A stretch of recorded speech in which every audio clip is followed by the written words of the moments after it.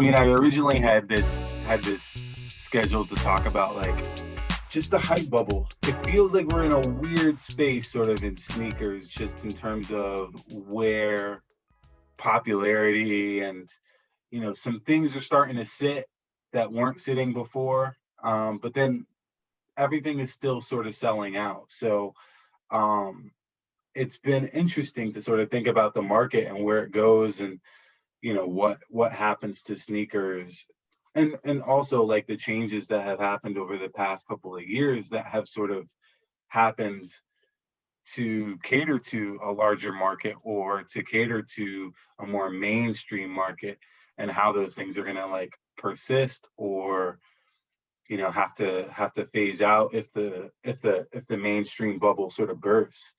And so I wanted to just get thoughts on that and hear like what you think, and what other people would think if they were here as well. It's funny you said sit, right? And for the last couple of years, since nothing has been kind of sitting in the digital sense, maybe online, even if something kind of is a little bit available, or I was talking to you about the 550s, the sort of GR maroon pair that I said was available. It wasn't actually available. Someone gave it to me. Someone gave me their pair because he didn't want it, and that type of thing doesn't.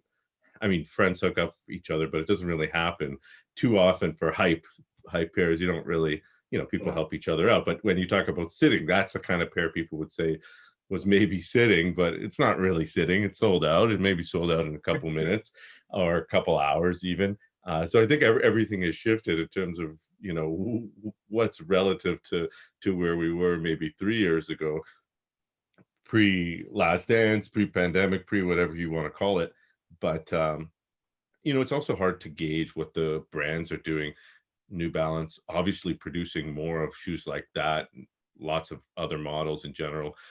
They're growing in popularity, and brands like Nike, I think maybe the whether it's infrastructure or port slowdowns, or it was logistics during the beginning of the pandemic. I think obviously some of that has eased, and if the brands are pumping out more, and pressures on the infrastructure, global shipping and things are easing too, it feels like more things are available. But I think the brands are still pumping out more and more and more. Not being someone who knows the numbers, it just feels that way. So it's really hard to gauge. But I think people are still buying up a ton, and I do think we may be at the beginning, although it's like predicting the stock market. I write about the stock market. People always want to predict when things are going to turn down, and some of these guys in the stock market, they always say there's a crash coming, there's a crash coming, there's a crash coming, and then they keep saying it for 5 years, and then after 5 years it finally happens, and then they're like, see, I'm the smart guy. So I'm not going to try and be that guy, but I do feel like we're getting there. It seems like it can't keep going forever, right? I mean, dunks Yeah. dunks and things are easing, but that's because of more production and maybe lower quality, right? Yeah. I have this like weird theory, like that I personally needed to accept that everything that came out in sneakers wasn't for me. And like in 2014, 2015, like everything that Asics produced, everything that New Balance produced, I was the target consumer, right? Like that was, they were making, or at least for the lifestyle stuff, right? Like that was, they were thinking about me, or at least I like to think so, right? And you think about the products that they made and how they marketed it and what was available and how it was available. That was for me. And slowly over time, those brands, and Nike too, like I have always bought Nike, and Nike's still sort of one of those brands that I still search for, has created products that have started to diverge, right? And really go after different segments of the market. And a lot of that is really mainstream.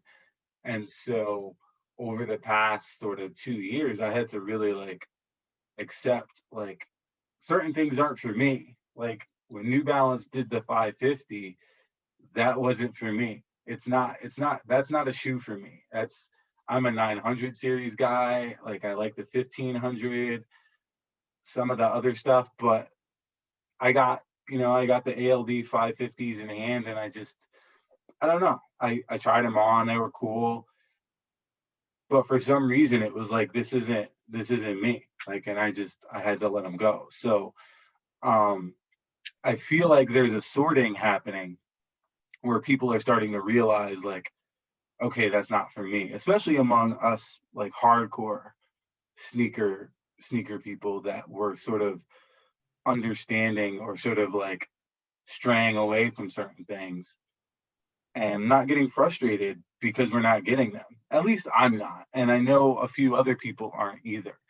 And there are things that are coming out and you can just sort of tell like, oh yeah, that's not made for me. They weren't targeting me. They weren't thinking of me. Cause I always think like with New Balance, they know where I am. They know how to get me a shoe. Like, I buy from New Balance directly, regularly. I'm an MB Rewards member. Same thing for Saucony. Probably same thing for Asics. Like they can get a product to me. They can, hold something or make it available so that I don't have to chase it. But they don't for a lot of things or for most things. And so, I think that there's, like I said, I feel like there's this sorting happening where New Balance is going after a different market. They're still catering to me by doing 991s and some cool 1500s this year as well. Um, but a lot of stuff is not for me, and I'm sort of realizing that and like taking that and going, okay, that's fine. I don't need to chase that. And I think a lot of people, especially like us sneaker people, we've been so conditioned to having so few drops or so many like limited extremely rare drops that happen every year that we're conditioned to go after them all. And so now that the mainstream is also going after them all, we sort of need to fall back, or we have to develop this mentality of, okay, we're not going after every collaboration. We're not going after every new silhouette, every new product. We're only going after a few select things, especially if you're going to wear it or you're not reviewing it or doing anything like that. You're not like one of the people that needs to post it to be first with that post. Like it's fine. I think what you're saying is, you know, at least what I feel is that there's a little bit of fatigue trying to go after everything. Yeah. Even entering raffles, it could be as simple as just writing your name and size. Those ones, fine. I'm not going to complain about them, but if you're commenting on a YouTube post and doing this, and it's not a lot. You're sitting at your computer working from home anyway. But personally, I don't even want to deal with that. And a lot of it is a shoe, maybe a collab that I don't feel like, and I feel the same. I don't like chasing the collabs and the hype that that much. I'd rather have a GR. But and I think you're also expressing that you have pretty good self-control, and I don't think that's the case for all of us so-called hardcore sneakerheads or people who've been around for a while, because you know I picked up a pair of 550s, not the ALDs, the maroons, and I picked a pair of 991s, the anniversaries, which I saw on your feed. And one someone helped me out with, one was on sale. And you know I like the fact that they were easy to get and they weren't hyped. They're nice, they're quality, but they're two silhouettes that I've never had before and I didn't think I'd want. So while I thought I had my lane in New Balance and I knew what models I liked and I was happy with them, I sold Daytonas, I sold City Never Sleeps, I sold Premieres, the black and gold ones. And because I thought I had enough, I thought I didn't need those ones. They're all beautiful pairs. And here I am starting with other other models when I got rid of those. Like, what am I doing? Like, doesn't make any sense.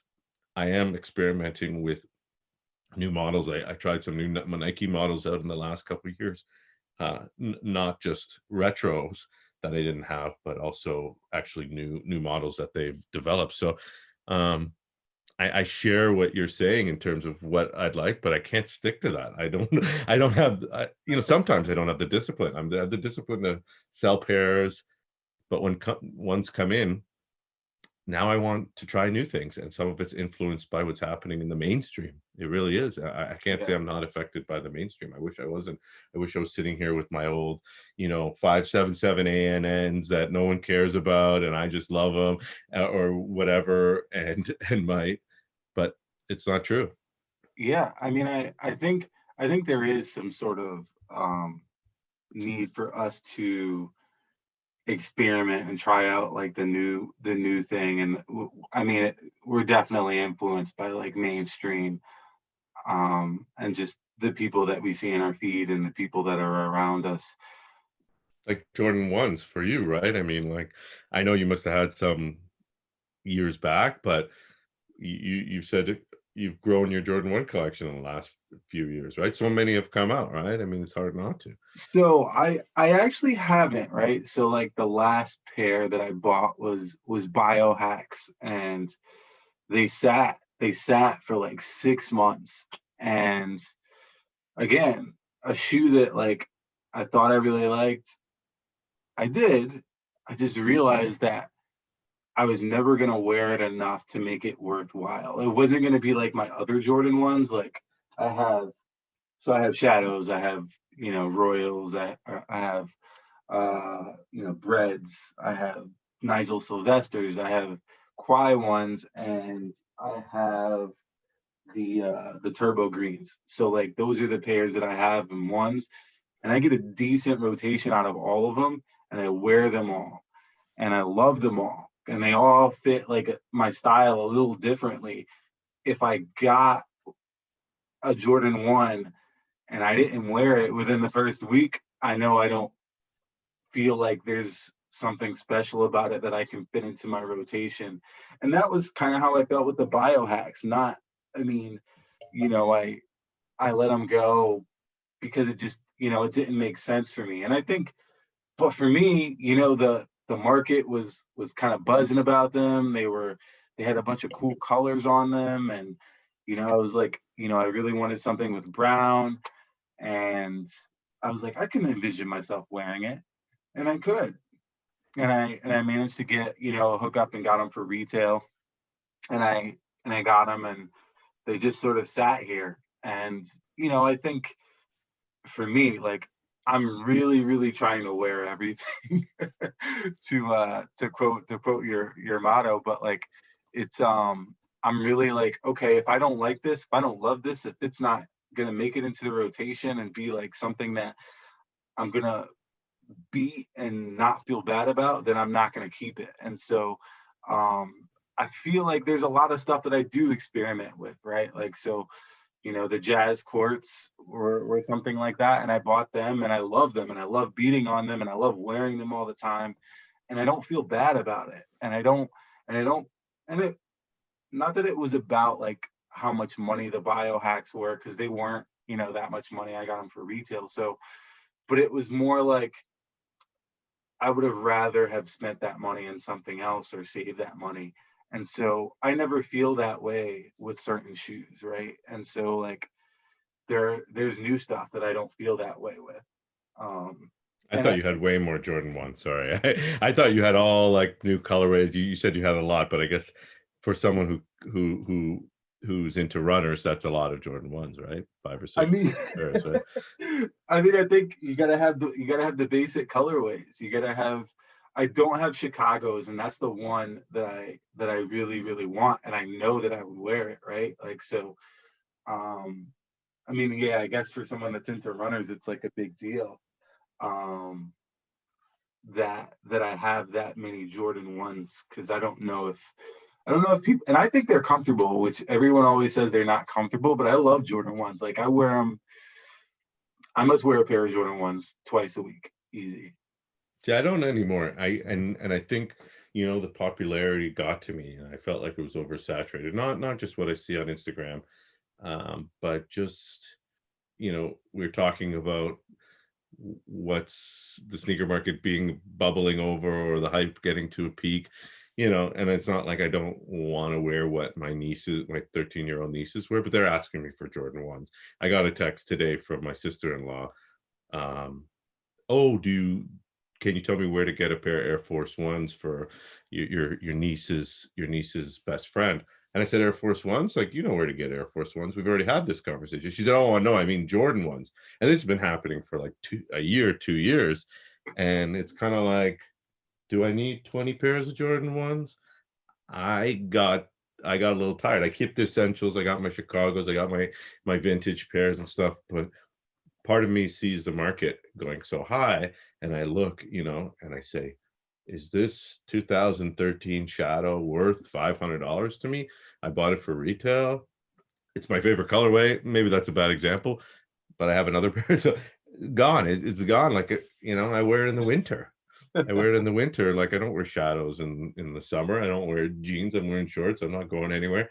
So, an example is of the market getting to me in the other way is Jordan 1s, me being kind of turned off. I still love them, but not realizing I don't need as many. Like, plus they're indestructible, right? So Yeah. you have 6 or 7 pairs, like you wear them twice a week, they're still going to last you years and years and years and years, right? I mean, Yeah. unless you're going doing heavy lifting in them.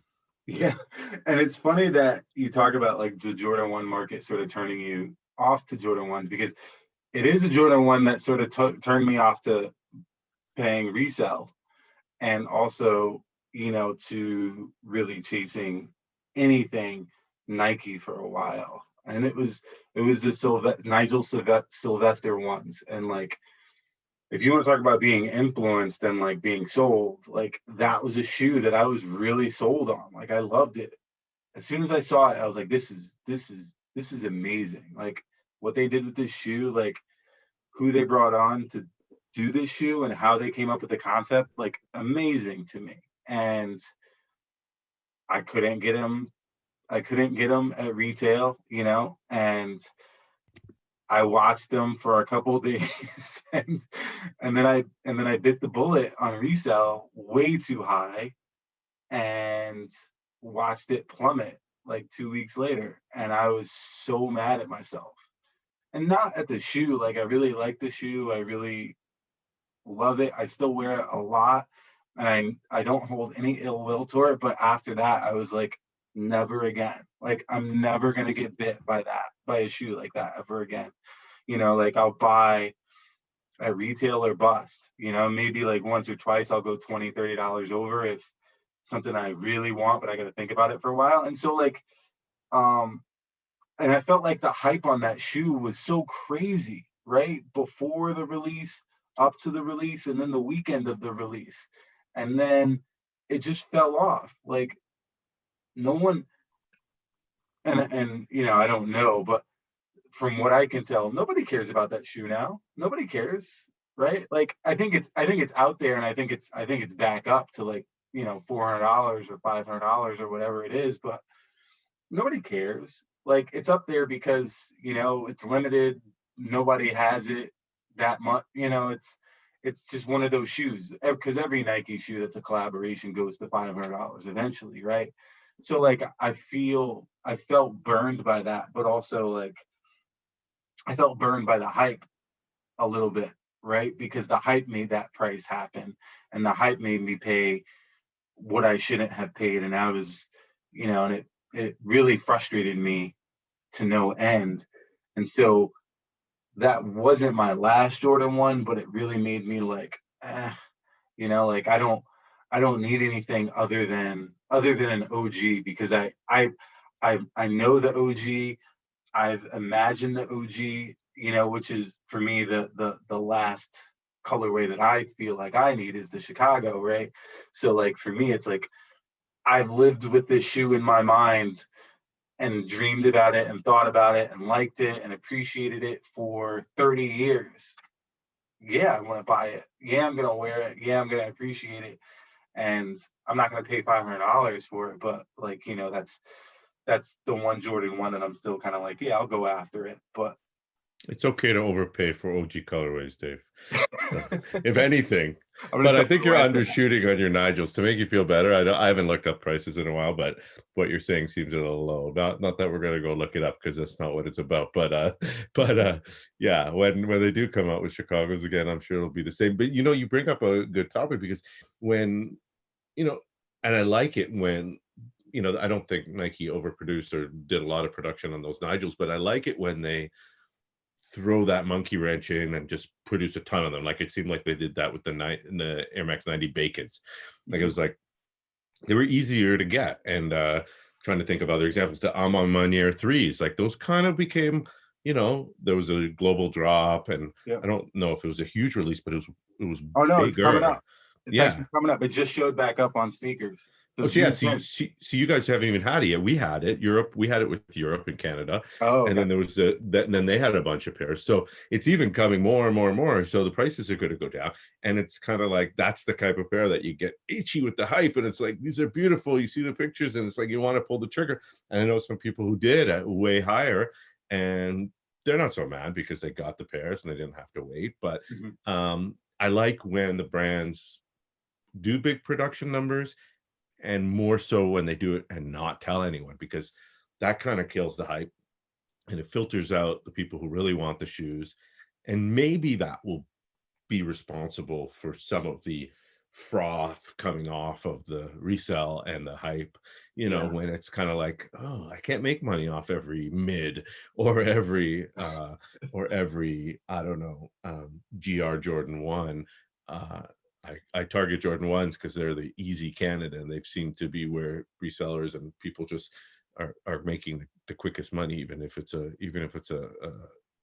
Jumpman tongue low.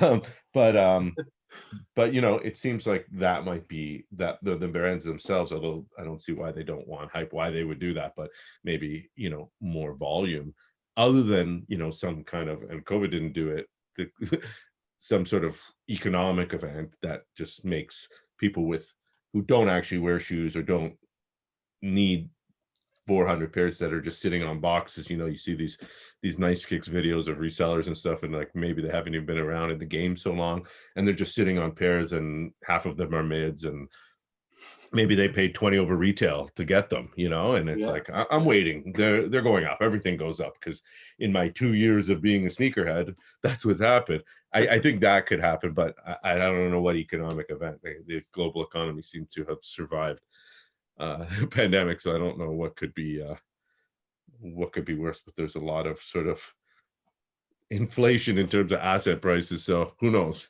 Could be Yeah. messy at somewhere down the road. Yeah. I mean, I think I like you really appreciated the Amon Manier release. Even though I struck out, I didn't get a pair, but I'm holding out till June 10th. But like I think that is one of those things where I really I don't want to see influencers with them constantly in my feed, and then you don't make enough pairs. And um I didn't get that with that release, or it was very targeted. If they did have influencers where it was based on women, and there were all these like cool women that you wouldn't have normally thought of that had pairs that were like showing them, and that was like inspiring, right? And so that was something that was reminiscent with the Nigel Sylvester, where he has his whole Go campaign, and he was overseas. He traveled with the release, which was kind of cool to see him show up at like different stores and sign people's boxes and show off the shoes and do raffles live, and that was really cool, right? Because most collaborations, especially with like Nike, you don't get that. And maybe the past year, is the exception because of the pandemic, but it's like, oh, we're releasing this shoe and we made 10,000 pairs. Like, I think about the last pair that came out from Trophy Room, right? Like that was horrific, right? Like no one we know got a pair, and but we know or we saw, you know, tens of tens of influencers or people with a million or 100,000 or 200,000 followers that had pairs. So it was just like, what was the purpose of this shoe, right? What was the point of it? It wasn't for us. Again, that wasn't for us, right? Like, if it wasn't a release for us, and it wasn't an event that was targeted for people like us. So, like, for me, it was like, why do I even care? Like, I don't care about this shoe, it goes to 2 grand immediately.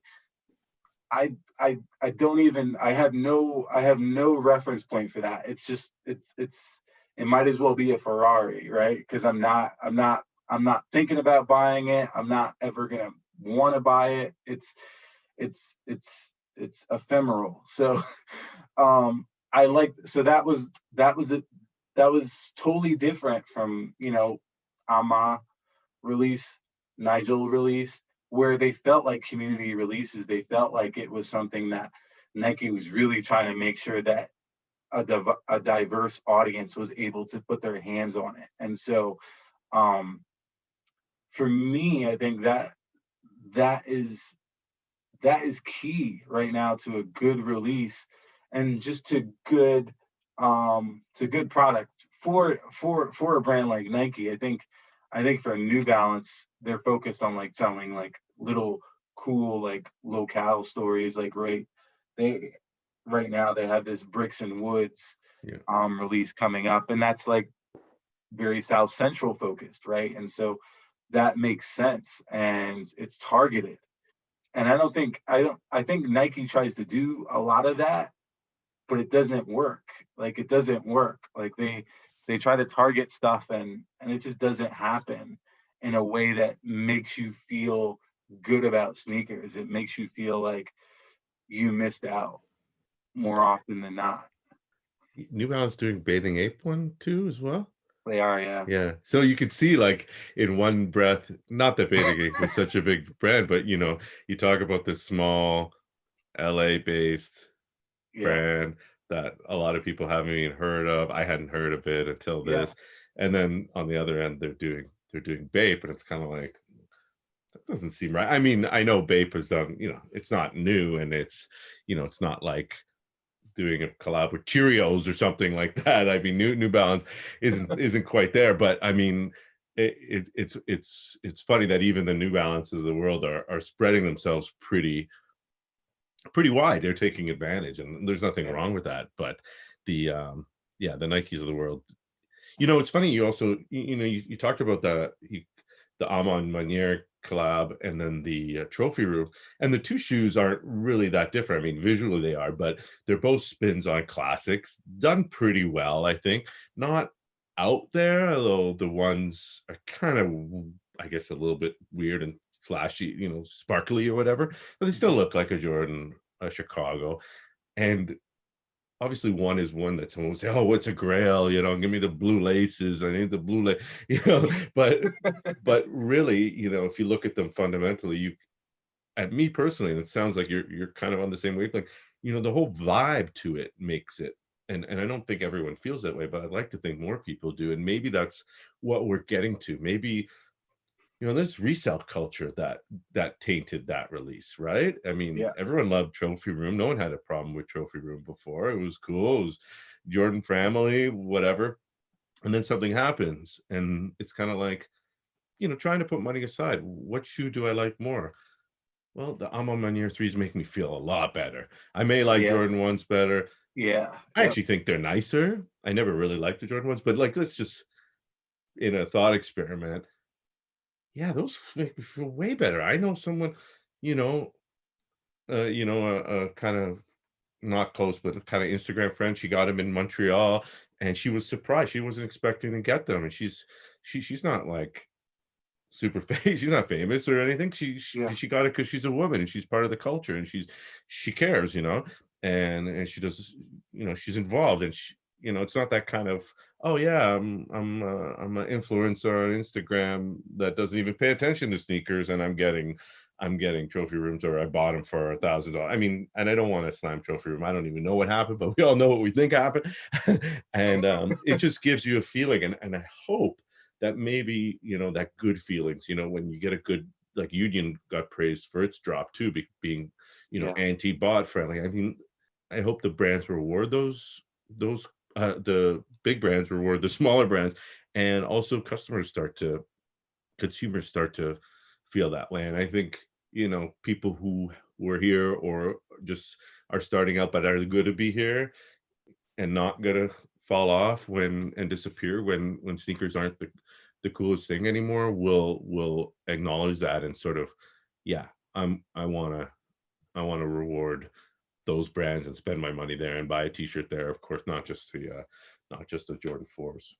Yeah, and I kind of talked about it when, when I was on your podcast about like the importance of, at least to me, of like I think we all like try to get a shoe and coordinate a fit and figure out, what's cool and what looks good.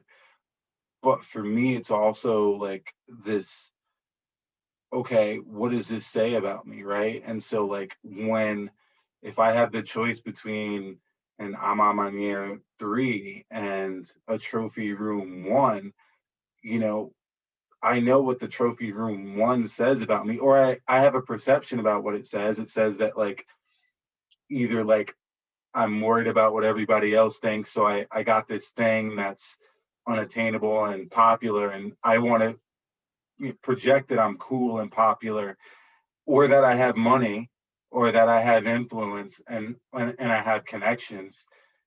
And the Ama Manier doesn't say that, right? It says something totally different because the way that it was presented, the way that it's marketed, the way that it rolled out doesn't give you that feeling like you were saying. It makes you feel good. You're like, oh, this is about something.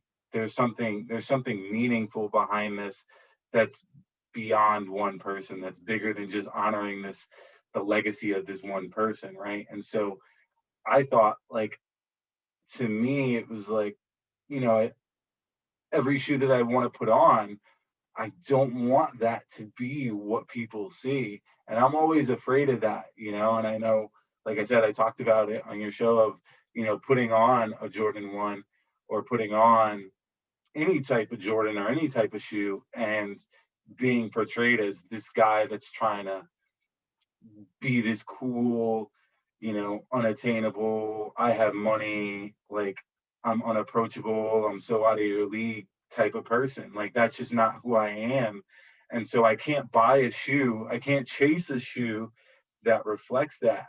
And so I think the past couple of years and even the past year, it's just been easier to sort of point out those shoes that are that do sort of project that image and say that's not for me. I don't want to project that. I don't want to do that. Like Yeezys, I know they're like comfortable. Everyone tells me they're super comfortable, but like I can't wear a pair because people are gonna say, "Oh, are those Yeezys?" And I don't want to. I don't want to have that conversation. Like that's just not the conversation I want to have, right? And so, um, I'd rather wear something else that's more low key, that's not gonna, cause.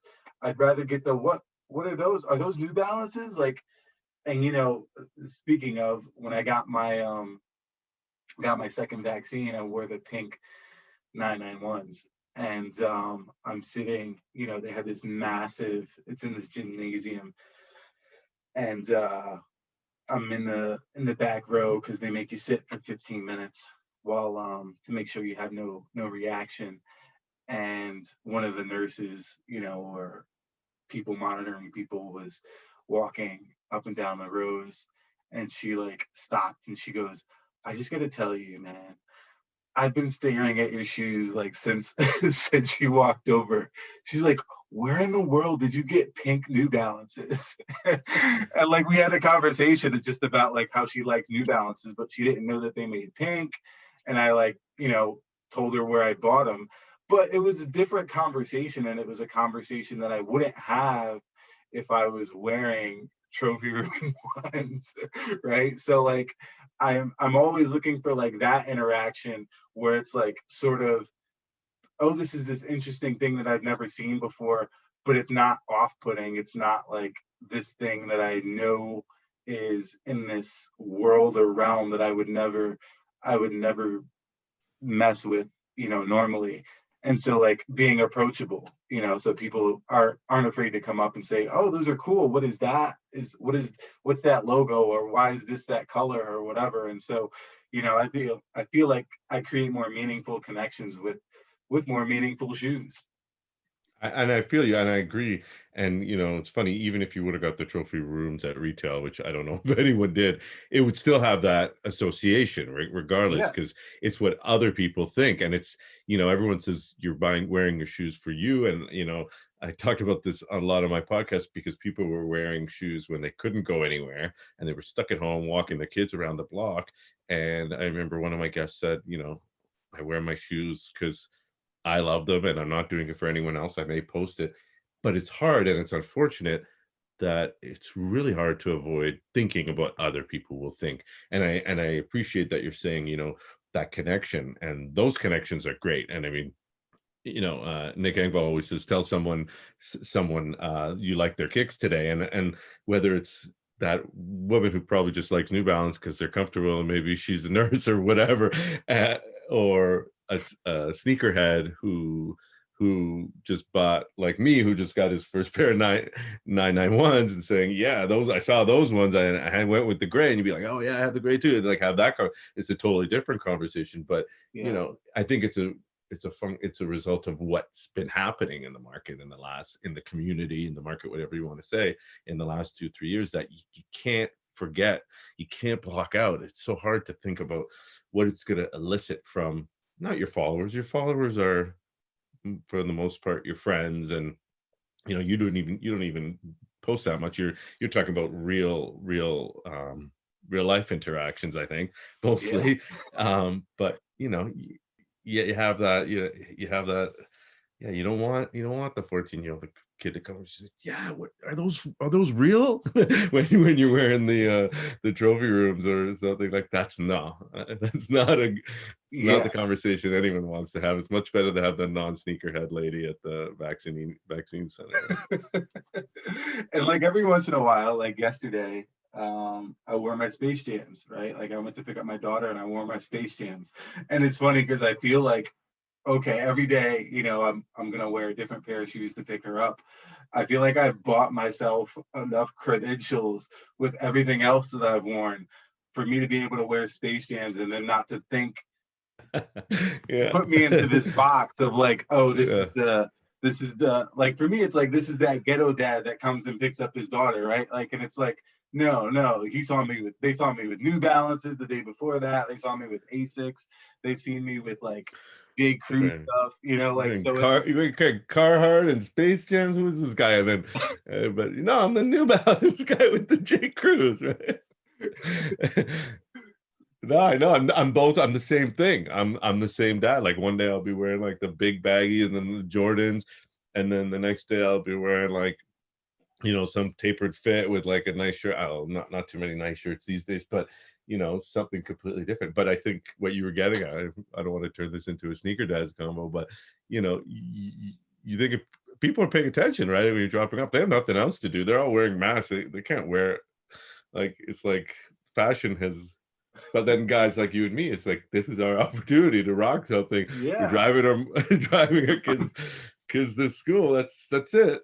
that's it. I know it's funny because like I just think about like the opportunities, and there's always, you know i I talked about this with Greg from the Sneak Dis, just about how you're perceived, and like you always have that, like, oh, you don't have a second chance to make a first impression, right? So like for me, especially, being when I started at Yale, I had a couple of, I don't want to say bad interactions, but when I first started at Yale, I would wear a shirt, button up shirt, tie, tucked in, slacks every day. Every day. That was what I was used to. That's what I did every day. And so, um, even with that, I'd have bad interactions with people, and not like bad, like fighting or anything, but like, I had people question like whether, oh, are you supposed to be here? Like, are you supposed to be in this meeting? Things like that. And this is before blonde hair, everything, right? And so um for me, I've always been like, okay, I'm in this like super prestigious place. I don't want to come off as anything less than refined and specific and like detailed, and like I didn't think of, like, I thought about this when I put it on. I thought about it, and I want them to know that, like, even if they are like, okay, sneakers, huh? Like, I don't want them to be like, oh, that's something that I saw on the cover of Slam magazine, or like, I want them to think like, okay, this guy thought, and this guy really put things together, and he did it in a way that I've never seen before, or that I wouldn't expect. And so I'm always trying to go for that when I'm in my normal, work life, I guess. And so, I feel like I kind of have to curate to that. And I always want to make that like really good impression on people, not just. And at first it was, oh, I have to wear a suit, a shirt and tie to achieve that. But now I feel like I can do it by wearing just really interesting sneakers, right? Like, I can, like, it's not my only thing, but it's just one of those things where it's like, oh, David has really cool sneakers. And like, some people will come up to me because they know that I'm like, of course we end up being the sneaker people, like, come up to you and just be like, hey, what are you wearing today? Like, and we have a conversation about it.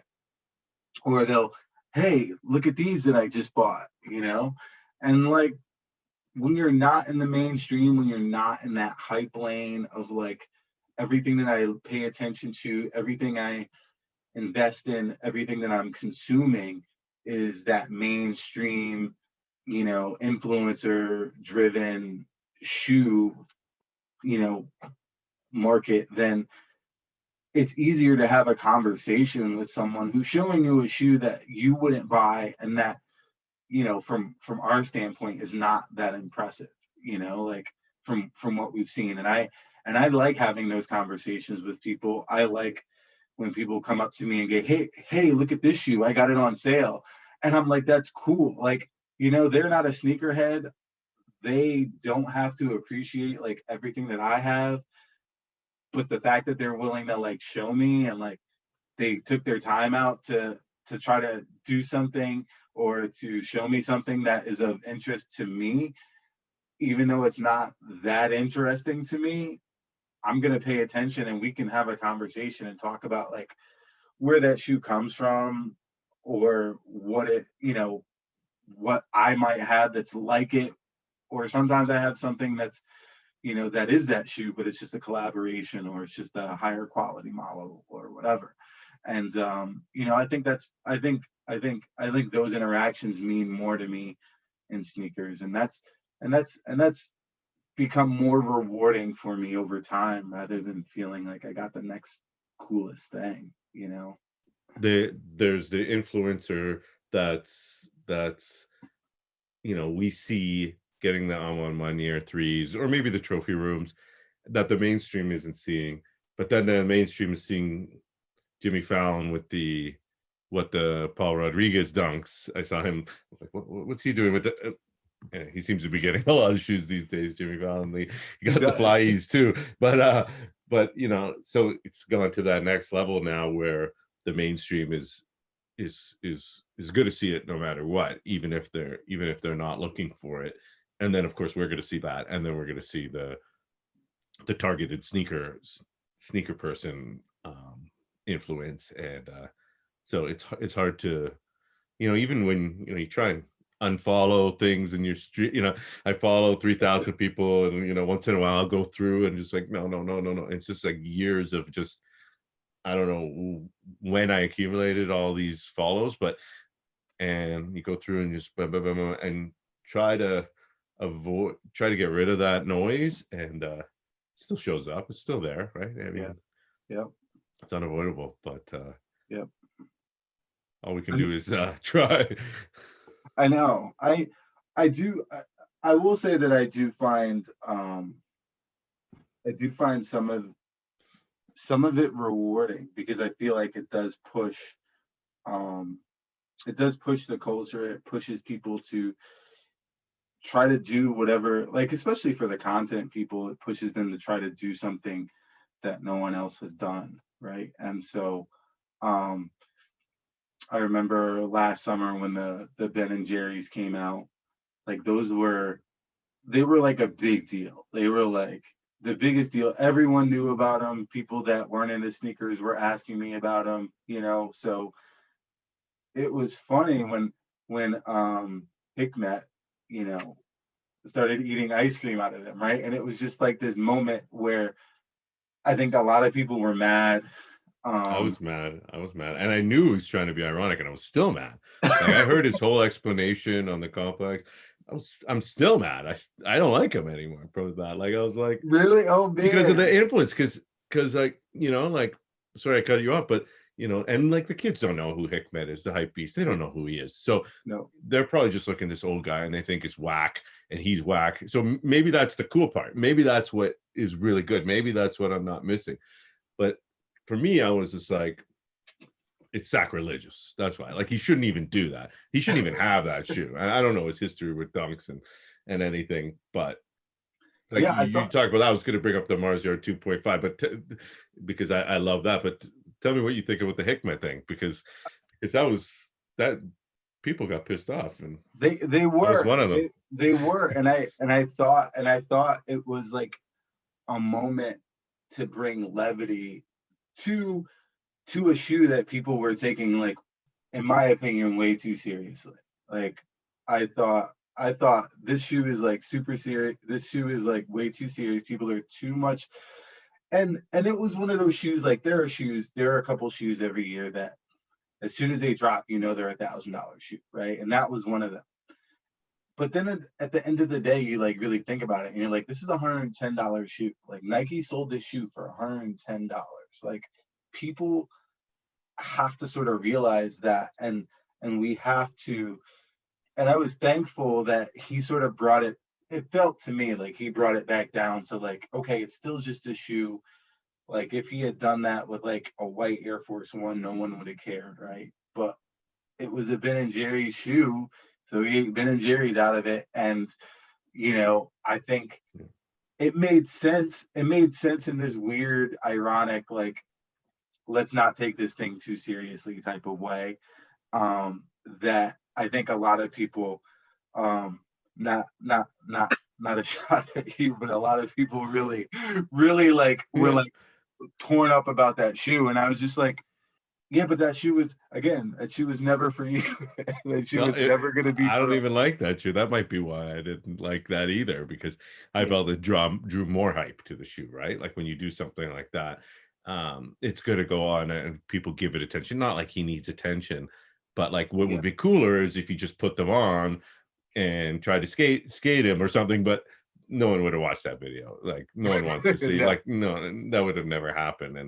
And that's why I brought up the Bars Yard 2.5, and that campaign, which I guess they're in the process now where they sent them back, I think, and they're getting like uh fixed, and maybe I think that's what the whole campaign oh, is. The people who is that wear where they're tested at it. now? Something. I watched I the thought they videos were and still wearing them, but I think they sent them back, because you had to send them back, and then they're gonna fix them up and send them back to the people or something. But like, that kind of thing, I'm way more into, but it's a totally different thing. But like, and Hickman, I don't think Nike was telling him to do that. Although, who knows, with the marketing agencies these days, that could have been all set up. You never want to yeah, believe anything is organic yeah, these days, because it definitely was out of character. But after having listened to him, he does have a little bit of a fun spirit, yeah, he's kind of a willing to piss people off type of guy, and that's cool, and I respect that. I just, yeah, I didn't like the shoe, so when I see the guy doing it, I'm like, this guy's a legend. What's he doing with the hype? It's like, but I totally appreciate all the irony, and maybe I'll change my mind. But I'm glad you brought that one up. We differ.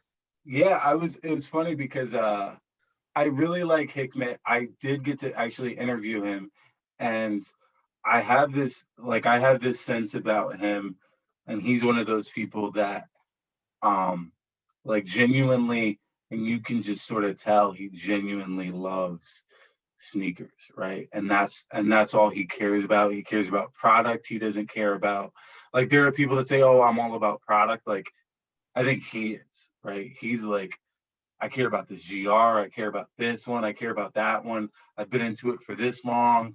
Like, and so, listening to him talk on the Complex Sneakers podcast was great. I thought, just to hear his complicated history with Nike, and how he sort of transitioned and sort of made New Balance, I feel like, in the UK a thing. And so, that that to me is refreshing, just to have people like that in the market that are really about sneakers, right? And that he'll still be on sneakers 5 years from now, right? Your Hickmet's not going anywhere, just like Clark Kent isn't going anywhere, So, and he has that authentic appreciation, which I feel like, you know a lot of people don't have, and a lot of big names sort of take for granted the things that they get. And I think he appreciates the stuff that he gets, despite him eating ice cream out of it. But I think he still, like, loves everything that he gets, that he finds worthwhile.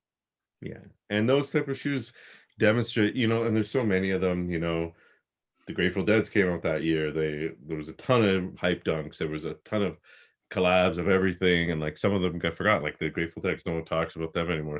Chunky Dunkies, you see them, you don't see them on feet too much. I think they're collecting dust. I don't blame them, people, when they do it. But there's so much of that collab hype, and it's all, you can't ignore it, and you can't help to thirst for some of it because some of it's really nice. Whether it's the Amon years, which didn't end up being that hype, but they were, everyone's still calling them the shoe of the year. And the only reason that they're not that hype is because they're more production, and Yeah. that's how it goes. But there's all those, and then if you try to ignore that stuff and just stay, in the sale and GR bin, there's so much there, and you can have a amazing collection, whether it's 300 pairs or 20 pairs of just Yep. really good quality stuff you find on Soul Links, for 40% off. You can find shoes that are better quality than those collabs. So it's like, how do you hold back your thirst? And some of it's fun to get those collabs, and especially if you can hit at retail. It's like, Yeah. what's better than getting a pair? I'm on year threes at retail this year. Like, you're not saving that much, but you're getting a really nice shoe that almost everyone likes threes. It's good quality. It's got a great story. It's like, oh no, I don't need collabs. I'm a GR guy. Well, would you take them on 1 years? Yeah, probably. Right? I mean, it's hard not to. Yeah, I mean, I like that story. That story is still something worthwhile, I think. And I think that's why I could never, like, completely swear off of collabs, although I feel like they've lost a little something from a lot of brands, where it's just, oh, we teamed up with this person and he is doing a shoot, right? And that is weak. For me. Like, I appreciate some of them. Like, some of them are really still good, but the story, or the theme, still brings it back, still makes it, like, more worthwhile than a regular GR to me. I felt that way with a lot of the A to ZX, the Adidas. Some of them were super nice, but some of them looked like it was just like slap the brand on it. It wasn't much thought. Some of them I think were true collaborations, but some of them I don't think were. And I don't love that. Not to pick on Adidas, but then we get the concepts, gel light threes coming out, and it's like, whatever you like about salmon toe boxes, or I think I saw some more images. Maybe I'm wrong. Are they even mismatched? Is one I like the don't more? I don't know. I don't know. I Yeah. think those are samples. Oh, Those okay. might have been sampled, but Either way, I was like, yeah, like they're nice, but I don't need them. And then the more I look at them, I'm like, yeah, those, and concepts is great storytelling. They have meaning, and I'm sure they're working on it. So maybe it's the opposite of just slapping a Lego sticker on a on a blue and red shoe. Not to pick on that one, but they did like the whole Lego pack, and it's like every color of the Lego is like, yeah, okay, how yeah, many more Lego shoes do we need this year? But and so it's kind of different ends of the spectrum. It's kind of feels like that's slapping a name on it, and the people love those too. And it's you know, a good story is great, but um, unfortunately, not everyone cares, right? no, no, not at all, not at all. But I don't know. I think it's still it'd be great to see them go back to that. And I wonder if Yeah. that is going to be one of those things that is going to come back if the hype dies, right? If the hype goes away, if the hardcore collectors, which is the casual collectors, stay and the mainstream moves on to something else, right? That would be, I think that's one of those things that's going to separate the people that are going to have the meaningful, successful collaborations and the people that aren't, you know. Yeah, I wonder what's going to happen though if we're 6 months from now, say, and everyone's got their shots, everyone's sort of living a little bit closer to where we were 2 years Mhm. ago than where we are now. Maybe you have to wear a mask or in certain places, or maybe you got to get 3 shots a year, but and maybe you're not, but pretty much everything is at least retail is back Yeah, to where it is. yeah, Now the online shopping landscape has changed, everything has surged. Seems like retailers, sneaker boutiques, hopefully are like itching to start doing the kind of stuff that, Nike was talking about dropping, and I think they did dropping boutiques, their accounts. And then so the ones that survive will hopefully have and keep their accounts, will hopefully have the ammo, have the hot releases of tier zeros, whatever, to to do in-store events, do cool releases, all these things, these installations, experiences, all these things that they were talking about that was gonna happen, and it started. We had a few years, good years of it, I think, and yeah. it was still just ramping up, and then we have this sort of wild card thrown into it, and I was all like, "Oh, how do I fight bots effectively?" And, I'm investing all this money, so I don't know what's gonna happen. Are they gonna have any money left over? Are the big brands like Nike and Adidas gonna give them what they want, or are they just gonna say, "Hey, you know what? We're fine with sneakers. We're fine with selling 70% of the stuff online as opposed to the other way around." Before I'm making up numbers, but like that's what people like you and I want. And I don't love camping out or necessarily spending a lot of time at stores, but I love going into stores and speaking with people and meeting people. And I think that's a lot that has been lost because of the pandemic, but also because of the hype of sneakers, and everyone's able to cop online, Mhm. and it's easier for the brands to make their money, right? I mean, that's the whole reason why Nike did that strategy, direct to consumer, right? They said it explicitly to the shareholders, and that's what it's all about, right? Making money for shareholders. It's not about us in the end. We're there to feed the beast and the hype machine, but we're not Exponential there. growth, Yeah, exponential growth. we're not there for anything else for them. Yeah. I mean, let's be real. So I wonder what the retail experience, and I think that will be a big piece of the puzzle going forward in terms of what it looks like. Who cares anymore? Is it going to be just like it is? Because I don't think if it stays like this and there is no place for us to go, and we are. I mean, places been open through the pandemic, but there's been a lot of curbside pickups for me. I could tell you that there haven't been too much real shopping. Yeah, I mean, I think it goes back to what you said before about exhaustion, right? Like, I think we've all been home. I've been looking at a screen for who knows how many months, who knows how many hours.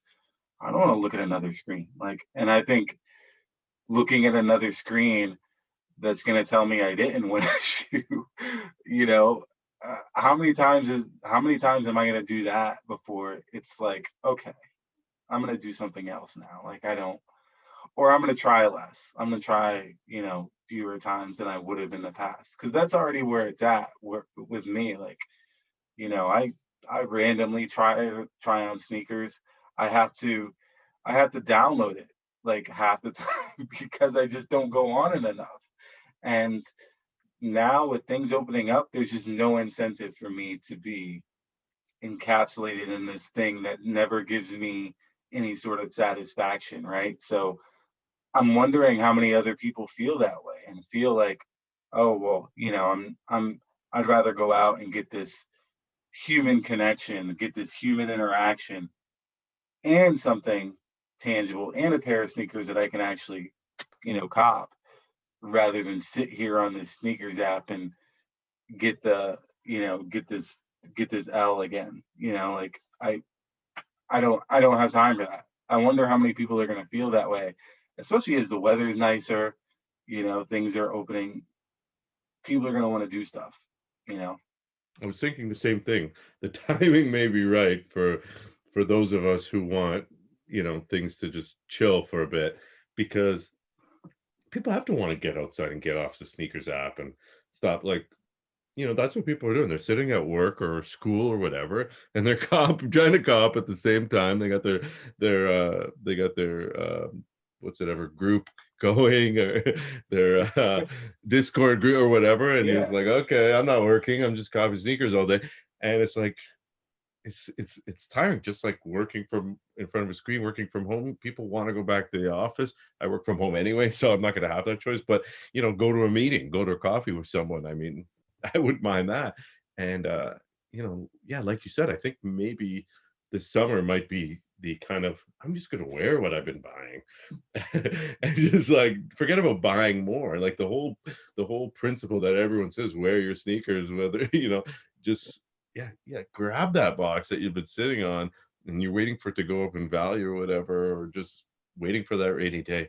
Yeah, that day when you go to get your vaccination, or when I you're know.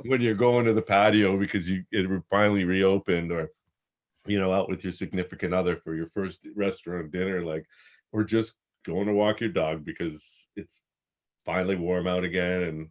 And at least where we are, I mean, we're Yeah, running the world. So in Australia, they got the opposite, but they've been good for a while. So I they know. should And have already done that. like you said, we all have 100 pairs. I have a ton of stuff, and it's not, that I get a ton of stuff that I got during the pandemic. It's not because I'm necessarily worried about showing it off. I'm gonna wear it regardless if I like it, but I do want to be around people. I do want to be out and like I do want to flex a little bit. I have that. We all And the want to flex clothes a little too. bit. And the clothes too. It's not like people are only buying sneakers. I forget who it was, but someone, it was maybe like one of those Nice Kicks video memes. It was like people during the pandemic, and it was like, actually, I'm making this up, but it was like, just picture someone wearing gray joggers and Adidas slides and like a Champion hoodie during the pandemic, and you're just sitting there in front of your screen trying to cop sneakers. And then after the pandemic, and you're wearing like a Supreme pouch and like a Run the World tie-dye hoodie, and then like fresh pair of like ones and like some whatever, and you're just getting your fit off everything at once because you're just itching to Yep. get that fit off. So I hope people are like that. I hope people like, realize that if we're gonna be all consumers, let's at least not collect dust with our stuff. I know. I know. Yeah, it's Bad. it's nice. It's nice knowing that I have every enough. I have enough to wear and to go out and to and flex, like I said, as much as I want and not feel out of place. And I look forward to things opening up. And honestly, I don't necessarily care whether the hype continues on the path that it's been on and things continue to sell out like they have been. But I look forward, like I said, to having more meaningful interactions and with sneaker people, non-sneaker people, or just people that want to look at my feet and ask questions. Like that's fine by me. I think I actually said this on the last time I was on, the whole idea of the kind of maybe a revolt, like the anti-consumerism revolt. I don't think that's gonna really happen, but, the idea was like, yeah, I'm happy with what, like you said, I'm happy with what I have.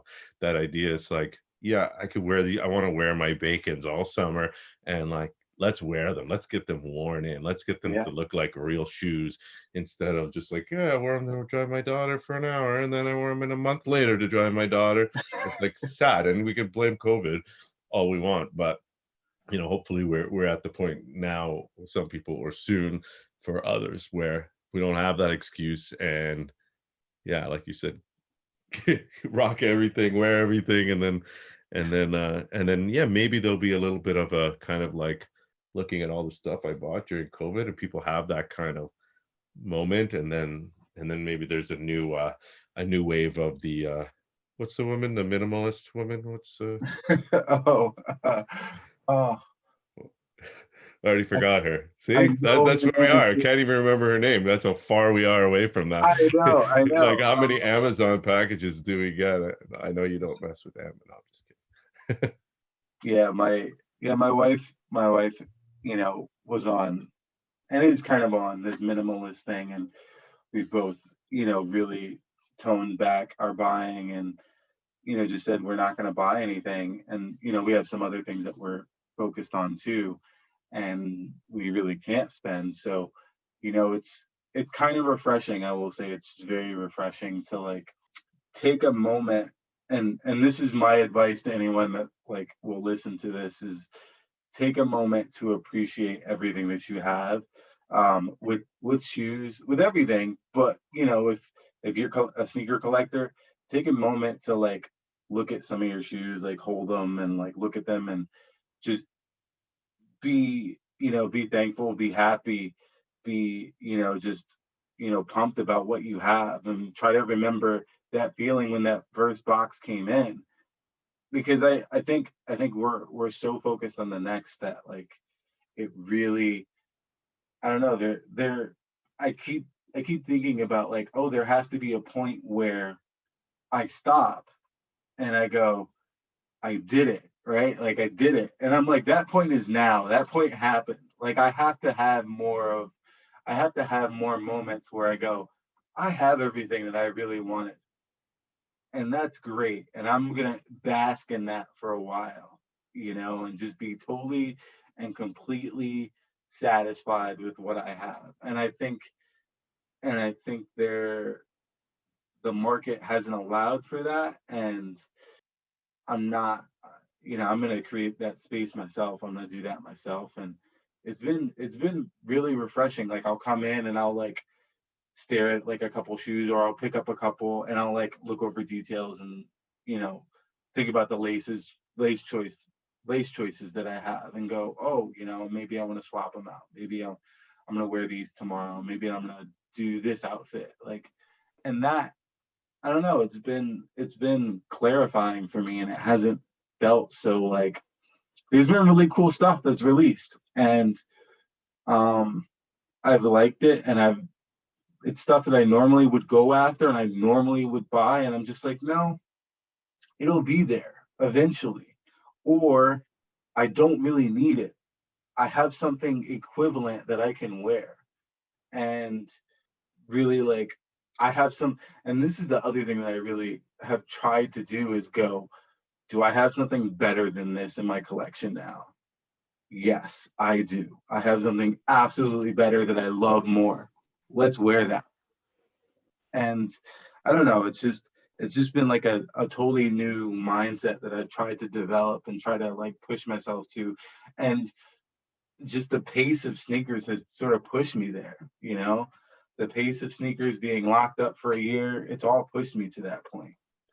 I got a good idea, and I'm serious. I'm only half joking because it's could be funny, but so you see those TikToks on Instagram or whatever, and it's like maybe usually a woman, it could be anyone, and she says, okay, 5 ways to improve your day, and one of them will be, I saw one, she said, to save time yesterday, she blew dried her hair while she learned how to brush with her left hand so she could blow dry. So she said that saves me 5 minutes a day. And then the other one says, oh, drink 2 glasses of water and you'll have more energy. And the other one will be, meditate for 5 minutes. So we need to do one for sneakers, and to get in the right mindset. And it means it's like hold a shoe that you haven't held in a month, open a box that you've never opened or something, or smell the shoe, and then like put on a shoe that you don't ever want it, you never thought you would wear, or something like that. And it's like a mindfulness exercise almost for Yeah. sneakerheads.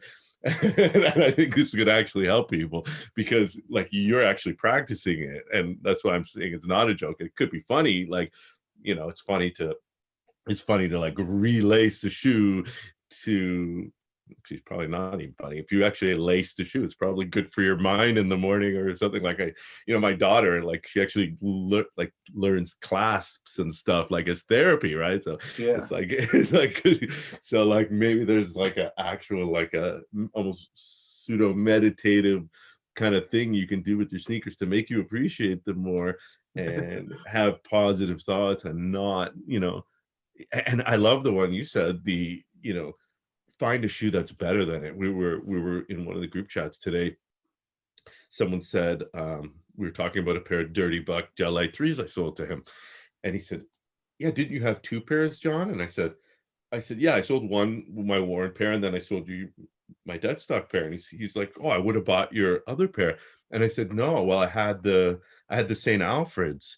That's why I sold the Dirty Bucks, because I looked at the St. Alfred's and I said, I like the St. Alfred's better. So why do I need these Dirty Bucks?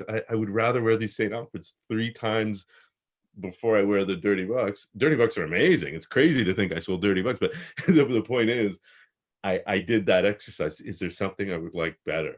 And is there something I have that I like better than what I'm buying? And that's the problem, right? We buy things that we don't like as much as what we have, because whatever, we're trying to fill a void, or we're just bored, or we're just stuck at home, or there's a million reasons, right? But I think you're onto something. We'll talk about it. My mind is expanding, and things, even just how I would do, like, when you feel like you're gonna cop something that you shouldn't, you hit that Apple Pay or that that PayPal thing. Maybe there's like a wait 10 seconds. Go get a sip of water. Go open your front door, take a breath of fresh air. Do you still need them? And like they say the same thing like to kids or to adults when they're trying to make a decision, or when they're going to react to something, right? Like the kids learn this in mindfulness in school. Like it's mindfulness for sneakerheads. Yeah. You shouldn't talk about it. It's $1 million idea. But we're here for the people. Maybe Nike will pay me off not to share it. Oh, Nike doesn't want you to do that. They don't want you to be mindful. No, They want you to comp on sneakers. Pay me to take it down. None of the brands are gonna steal your idea. No, I know.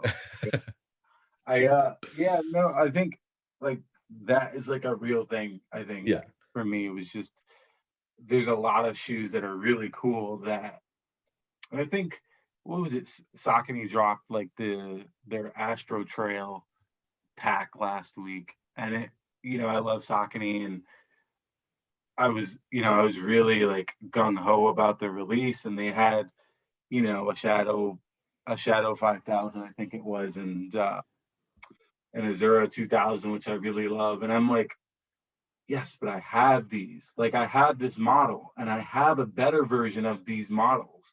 And I have a version that I would wear more, that I want to wear more.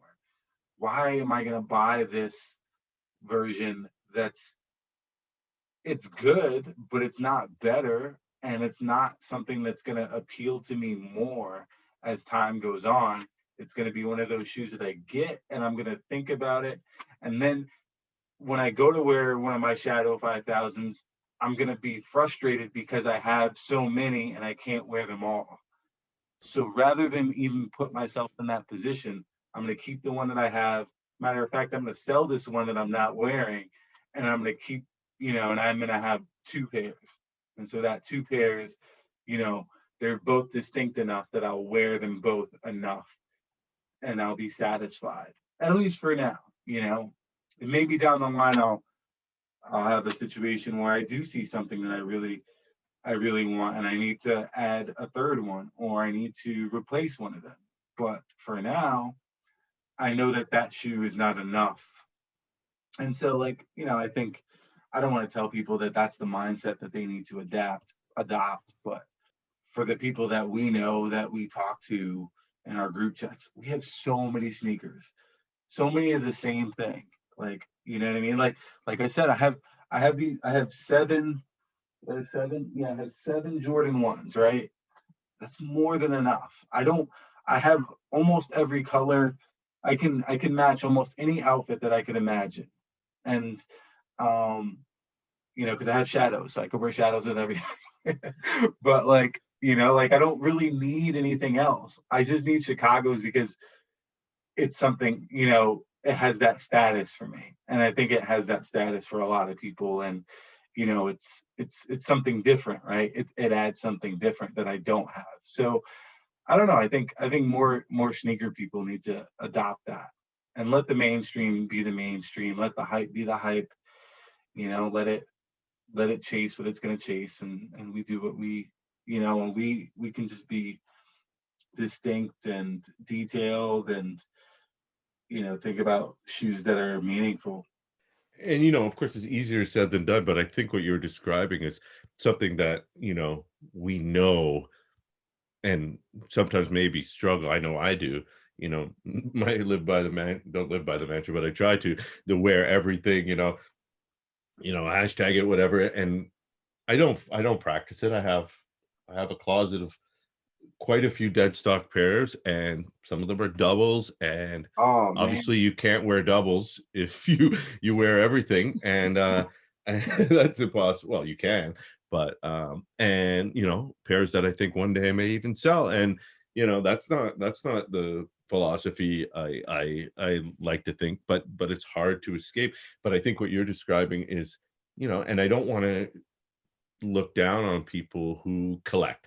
And I know people who want to buy this release, and they put it away and they're not wearing it necessarily, maybe put it on foot for a pic, but they want to have it. And I understand that. If it's a Funko Pop, if it's a hat, I mean, I still have things I collect, small things, and nothing like sneakers, but that I like to have, or even my vinyl. Some of my vinyl I will break out once in a while, but I need to have that record. It's an essential piece of Yeah. who I am, almost. And Yeah. I don't want to think that way about sneakers, but if someone thinks that way, it's perfectly fine. But I think what you're describing is, and I see this in group chats a lot, it's like someone, every drop, you got to have every drop, and it just can't you can't want every drop. That's not Yeah. possible. I mean, you could think you want it, or you can't need it. And people say need, and there's a Yeah. difference. And that whole need, when it should be a meme, need, like that's like when someone posts a new release, it's like need, and it's like, no, that's the exact opposite mentality. It's like, Yeah. yeah, they're dope. If I could hook them up on retail, I'll grab them. Otherwise, on to the next. Like, now, obviously, it's again easier said than done. But when you see people just, quite frankly, acting irresponsibly, I had a lot of people on my podcast talk about it. You don't want to call them out because maybe you're not that close to them, but it's quite obvious sometimes that Mhm. people are purchasing things that they just don't need or shouldn't. And I think that's what we need to get away from. And me too. I'm a victim, so I don't want to judge, and I think that's when we this whole conversation about the hype and everything, aside from resale, that's what it is, right? It's that feeling of I need it. Mhm. Yeah, and I experienced that recently with the Bacons. And I know, like you said, there were like a ton of pairs, right? And it was one of those shoes that it dropped. I missed, because I don't chase Nike like that. But there are like 3 or 4 releases a year that I really want, and just because I'm not in that ecosystem, it makes everything that harder to get when I do want to cross over. So, I missed on the Bacons, and then I was kind of like bummed about it for a week, because I'm seeing all these pictures online. I had wanted to do a shirt for the Bacons. And I had the opportunity like a week ago. Um, Someone hit me up beginning of this week. Hey, they did a restock. They hit my inbox and I can buy them if you want. I already got a pair. Do you want a pair? Do you want them? For retail? And I just was like, no. Like I have to move on. Like I I'm I'm what 3 weeks, 4 weeks beyond getting over that shoe. So like let me be over it. I'm gonna stay over it, because I survived the 4 weeks without them. I'm gonna survive, the years beyond without them. And yes, like you said, there were a ton of pairs of them. So I knew like eventually there was that eventuality of it coming back and me being able to grab them. But at that point, it was like I've sort of accepted that I don't have them. And if I could accept that I don't have them, then I don't need them. So why? Right? So I didn't. And I don't feel bad about it. Like I'll see a picture of the Bacons and I'll be like, that looks good. Good for them. That's a good shoe for them. They love that shoe. I have a shoe I love more than that. That's all it is, right? Like I have a shoe that I love infinitely more than that. I have 10 shoes I love infinitely more than Bacons, and that I will wear more than Bacons and that I will put on and I won't regret wearing that shoe instead of the Bacons. And so I don't have to deal with that, like, that problem down the line. But I know that there is going to be a shoe that happens and it will be something that I regret long term or that I will need, and then I'll have it and it'll I don't know, fulfill something, right? Yeah, but Bacon's are a great example because you're always going to be able to get them down the line. Maybe there'll be $100 more in a couple years, but if you really want them, sell one of those Jordan ones. You can get two pairs of Bacons probably, right? I mean, it's like it's all about prioritizing, right? And figuring out, like you said, like what are those 10 pairs you want more? What do you want? And that's the hard part too. When you see a deal and you buy something for $60, it's like, yeah, I'll beat these up. And it's like, how many more of those do you need? How many more? Like I'm bad with those, Oh yeah. like the Nike cross trainers. I came back with these like old school cross trainer ones, I think. And they're super the good vibe. They're comfortable, they're simple to wear. I have 3 colorways of them. It's like I don't even want to beat them up because I love them so much. But like the price Yeah. point is they're like $90 Canadian shoes. It's Yep.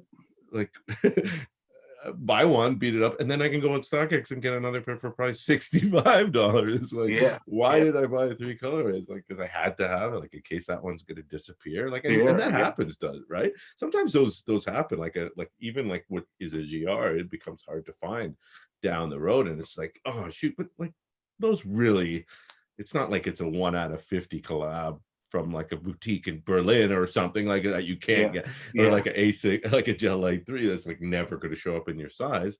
It's like, let it go, you know? Yeah. Yeah. Yeah. I mean, I think like I feel like that with I have a pair of silver bullets and I kick myself a lot for not doubling up on them. Because I definitely had the chance to, but at the same time, I'm also like, they're gonna be back. They'll be back. Nike's gonna have them back before I need a new pair. Yeah, and even if they don't, so what? You have to wait 2 years till they, Yeah, and yeah, then you have other things to wear for those 2 years. I mean, exactly. I know you love silver bullets, but if you have to go a couple of months without one, Oh, I know, I get a know. swap or something. Heaven forbid. Yeah, I mean, and eventually, now even Air Maxes are expensive. Eventually, they can't. Everything can't be expensive forever. I don't think. I No. don't think that's possible because Air Maxes might be the next wave if we're following Travis. But the froth seem to be coming off Dunks a little bit. Jordan ones, hopefully, and mind you, we still have hype on other brands. New Balance seems to have a lot of hype still. So I Yeah. think. I think it's gotta cool off eventually. But I've been wrong for the last year, like I said, Year and a half. I year and a know. half too, even since things started going crazy. And I think though I don't try not to watch prices too much, but I think they they've plateaued maybe Yeah. in That every general. shoe can't be $600. Like every shoe can't be 600 plus. Like I don't. It's not gonna. It can't. It can't. It's. I feel like it's unsustainable. It's insistent. There's not enough people with that much money to just continuously buy. At some point, there's a tipping balance of so much being held because the price is just too high versus consumers willing to pay for that. You know. Yeah, and that's what happens in, I bring it back to the stock market, but that's what happens for, you know, not low quality stocks necessarily. Like let's say, a good quality is like equivalent to maybe like an apple, shares of Apple. So that would be like a white cement three Mhm. is like Apple. Like you can't go wrong. You're not going to really lose your money if you're investing in it. You'll always want it. You'll always wear it. It's not going anywhere. And then there's like, I don't know, maybe what's like a Tesla, like something more hype, like a Sakai LD. It's like kind of like not for everyone, but you'll probably do pretty good on it. But if things can turn quick, like you Yeah. know, Yeah. like on even on most collabs, it's like kind of like one day it's worth 1,000, and then they do a restock and it's worth 600 the next day. But then there's like the lower quality, and then I don't want to pick on mids again, but let's say there's a mid, and it's like kind of like that's equivalent to like I don't know, maybe one of these lower quality cryptocurrencies that like no one really knows. It's just some kid made up, and it took off because all the cryptocurrencies took off. So it's like a royal mid with like a white toe box. It doesn't even look like a royal, but it's like people call it that. And it's like, when the market goes, those ones are going to go first, and they're going to go down a lot. And then the next one is the OG Jordan 1 high that's in a weird colorway. And then is like the next until it Yeah. gets to the high quality. And then, yeah, maybe the white cement threes are only going to go down 5%, and the Sakai's will go down 10%, but those mids will go down 50%. Yeah. And there you go. There, the market has corrected, just like the stock market. That's all I can compare it to. And I don't think it follows the exact same patterns, but it's sure, if you look at what's happened in, all asset classes, like lumber, stocks, everything, it's just gone up, up, up, up, and sneakers too, and cryptocurrencies, and basketball Yeah. cards, and it's like real estate. It's like it's wild. You can't help to think that there's a pattern. Yeah. Yeah. Yeah. And I think we're at the top of it. Like I feel like we are. I don't, I don't want to say for sure, and I'm not like gonna be like a prediction guru or anything. I think, um, but I do think people are checking StockX fewer times. Like of the people that I know, like I'm not checking it. I know other people aren't. Um, I mean, I think I randomly check it to see what's below retail. I won't Mhm. check it for anything that I want specifically that I know is above retail. And I think that's where it's trending because people are kind of like, yeah, it's not going to be worth it. That flex isn't worth it. I don't know. All the resellers always complain when guys undercut each other, and I don't even understand the dynamics necessarily. I think it's like, you don't want to undercut someone by a couple bucks because it just fuels the down cycle. Again, I don't want to pretend to understand the resale market, but I think that's the idea but fundamentally, it's like you want to sell a shoe, you get rid of it at whatever it takes. Like that's Hmm. how it should work. And that's how the free market works. And it's like now, like you talk about, there's been plenty of times in the last couple of years where I just got on StockX and paid whatever market is. No bids. That's not the smart way to do it. The smart way to do it is bid and be patient. Hmm. And I'm not doing that. I haven't done that in a long time. Uh, now I'm doing more of the kind of the low balls, like the looking for the deals, looking for the Yeah. under the retails, going on Go, looking for lightly worn paired, going on eBay. Now in Canada, eBay's a lot better. And if that's representative of the market, I feel like, I'm at least partially representative, then maybe it is a sign like everyone should keep those low balls in, and we'll work together. You know, the funny thing was, when I sold like the biohacks and I sold the ALD 550s, when I went on, I just saw what's the highest bid. Is that more than what I paid? Okay, I'm selling it for that. And I would just put it in at whatever the highest offer was. And so I like to think that it was helping out the market because there were obviously shoes priced higher than what I put in, right? What I sold for. But now that person has to deal with the next with a lower bid and try to convince or try to like entice that person to come to their even higher price, right? So um I like to think I did a service by like cutting out the highest bid right off the bat and just getting them out of the market. So now those two shoes hopefully tumble a little bit in cost, but We we'll all see. do our part. Yeah.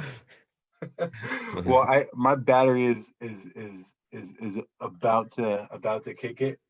This was fun. Yeah, I really enjoyed it. Thanks for hopping on. Sad we couldn't get any other people to come on. It's as things open up, I think people are a little spread thin now. Yeah, it's funny that you mentioned. I was thinking about all these like things that people have started, and I'm sure you'll survive and continue. Hope you do. I'll come join you every time. But I was thinking, like, when things open up, especially in the summer, like there's been such a influx of things like sneaker podcasts and things like that. And like I hope at least the ones like yours that I subscribe to and don't miss, I hope they survive because people are probably just itching to get out and get down and but the secret, you can always record ahead of time, right? So Yeah, yeah. pro tip. Yeah. Well, we have a few in the chamber, so hopefully we'll survive the summer. I'm sure you will. But I really appreciate you hopping on. It was Thanks for having me. great as always. I can't wait till your next episode. I think I just downloaded your most recent episode, and I gotta check it out. Hopefully tomorrow. Yeah, I'm keeping them coming through the summer, and yeah, I was thinking of taking like every second week, but I'm just gonna get ahead and do a bunch, and Yeah, and then I added to my intro for, I think, next week. I said, we never talk about sneaker news, so Sneaker Dads is never stale or something like that. 'Cause I don't want people to think that they can't go back to old ones, right? I mean, it's the same yeah, with this, right? I mean, yeah, yeah, you were talking about news, but like by the time this comes out, some of the shoes we talked about will have come out, maybe. I don't know the dates, whatever, but in general, it stands up over yeah, time because we're yeah, talking about, and I like that. I mean, there's enough podcasts that are talking about new releases and stuff, and this is obviously way different than that. So it's cool that you have your own niche, because that's what I'm trying to do too. absolutely, absolutely. Good stuff. Well, we'll All talk right. soon. I'm sure I'll see you on the chat and in the DMs. Thanks again for having me on. I got some stuff to do myself now, and yeah, thank you. It's always great. I mean, miss the other guys, but it's cool to get in depth one-on-one. Definitely, absolutely. All right, take All care, right. dude. You too, John. Yeah.